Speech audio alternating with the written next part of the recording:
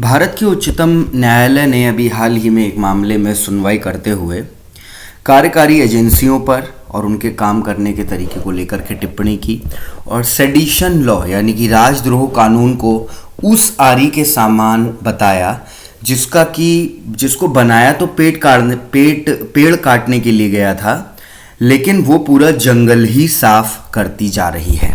Polity plus governance के इस current affairs में बहुत ही महत्वपूर्ण चीज़ें हम देखेंगे। तो सबसे पहले हम देखेंगे करंट अफेयर्स की दृष्टि से महत्वपूर्ण क्यों है ये। तो जैसा कि मैंने आपको बताया कि सुप्रीम कोर्ट ने टिप्पणी की कि क्या आज़ादी के 75 साल बाद भी इस औपनिवेशिक यानी कि इस कॉलोनियल कानून की क्या आवश्यकता है और किस प्रकार से हमारी कार्यकारी एजेंसियों द्वारा, पुलिस बल द्वारा इसका दुरुपयोग भी किया जा रहा है।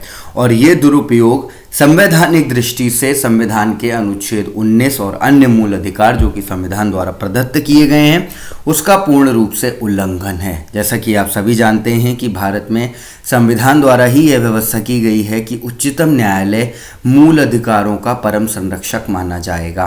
किसी व्यक्ति के अगर मूल अधिकारों का उल्लंघन होता है तो वह सीधा आर्टिकल 32 के अंतर्गत सुप्रीम कोर्ट में जाकर के अपनी याचिका दायर कर सकता है और सुप्रीम कोर्ट अलग अलग रिट के माध्यम से अलग अलग व्यवस्थाओं के द्वारा उन अधिकारों को सुनिश्चित कर सकता है। हालांकि ये सभी मूल अधिकार, जैसा कि आप सभी जानते ही हैं, सभी मूल अधिकार एब्सोल्यूट नहीं है, इनमें कुछ ना कुछ रेस्ट्रिक्शन भी जो हैं वो लगाई गई हैं। हम देखेंगे कि इस करंट अफेयर्स के इस मामले में क्या टिप्पणी की।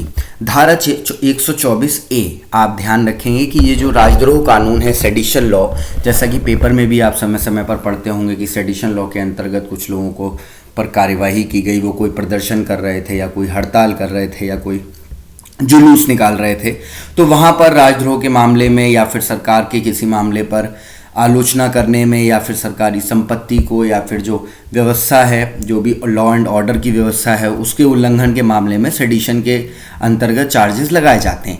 ये चार्जेस इंडियन पीनल कोड की धारा 124A के अंतर्गत लगाए जाते हैं। ये लोग आप ध्यान रखेंगे। और क्या कहा गया है वर्बैटिम आप देखेंगे, जो कोई भी शब्दों द्वारा या तो बोले गए या लिखित संकेतों द्वारा, दृश्य प्रतिनिधित्व यानी कि फेशियल एक्सप्रेशन और विजुअल एक्सप्रेशन के द्वारा कोई या अन्यथा या किसी और तरीके से घृणा या अवमानना यानी हेट्रेड, और हम कह सकते हैं कोर्ट के किसी आदेश का उल्लंघन, जिसको कि हम कहते हैं अवमानना लाने का प्रयास करता है। ठीक है, सरकार के प्रति असंतोष को उत्तेजित या उत्तेजित करने का प्रयास करना, या तो खुद ना करना तो कुछ ऐसा करना या कहना जिससे कोई और ऐसा करने के लिए उत्तेजित हो जाए।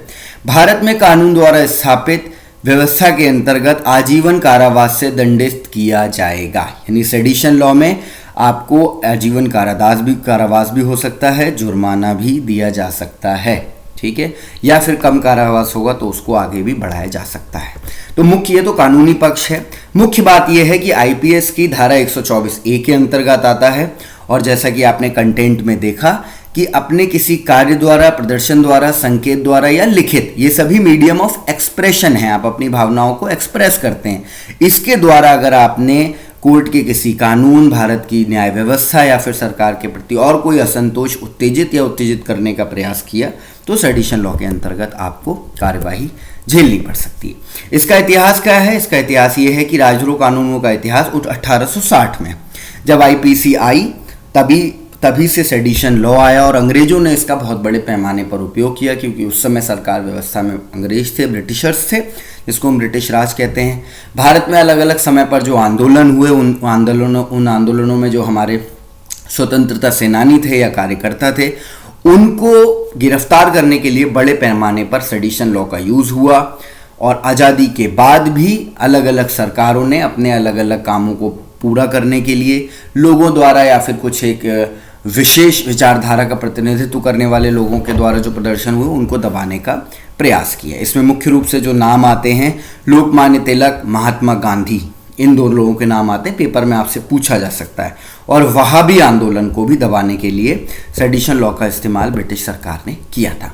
आज़ादी के बाद भी ऐसा नहीं है कि पहली बार ये चीज़ जो है वो क्वेश्चन में आई है कि सेडिशन लॉ को रखना चाहिए या हटाना चाहिए।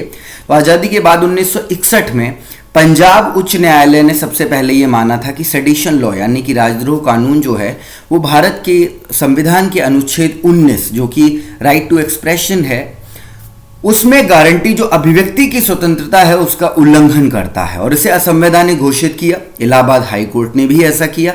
उसके बाद ये मामला सुप्रीम कोर्ट में गया, जिस सुप्रीम कोर्ट ने अभी टिप्पणी की है। लेकिन उस समय इसी सुप्रीम कोर्ट ने धारा 124A को केदारनाथ बनाम बिहार राज्य के मामले में संवैधानिक वैधता मानी। उन्होंने कहा कि नहीं, क्योंकि आर्टिकल 19(1) खुद ये कहता है, आर्टिकल 19(1) खुद ये कहता है कि देयर आर सर्टेन रिस्ट्रिक्शंस, यानी कुछ निश्चित जो है वो इस पर रोक है। राइट टू एक्सप्रेशन एक एब्सोल्यूट राइट नहीं है। तो ये जो आपका सेडिशन लॉ भी है ये भी कहीं ना कहीं अपने आप में ठीक है। अब मैं आपको बताता हूं आर्टिकल 19A आखिर पूरी तरीके से क्या कहता है। भारतीय संविधान के अनुच्छेद 19 से भाषण और अभिव्यक्ति की स्वतंत्रता प्रदान करता है। यह एक मौलिक अधिकार है और इसे छीना नहीं जा सकता। हालांकि यह पूर्ण नहीं है, जैसा कि मैंने कहा एब्सोल्यूट नहीं है, और भारत की संप्रभुता और अखंडता यानी इंटीग्रिटी और सेवरानिटी मेंटेन करने के लिए सिक्योरिटी पर्पस से विदेशी राज्य यानी फॉरेन रिलेशंस, अगर किसी देश के भारत के साथ मैत्रीपूर्ण हैं, फ्रेंडली हैं, तो उसको मेंटेन करने के लिए, लॉ एंड ऑर्डर की व्यवस्था करने के लिए 19(2) के तहत प्रतिबंध भी दिए गए हैं।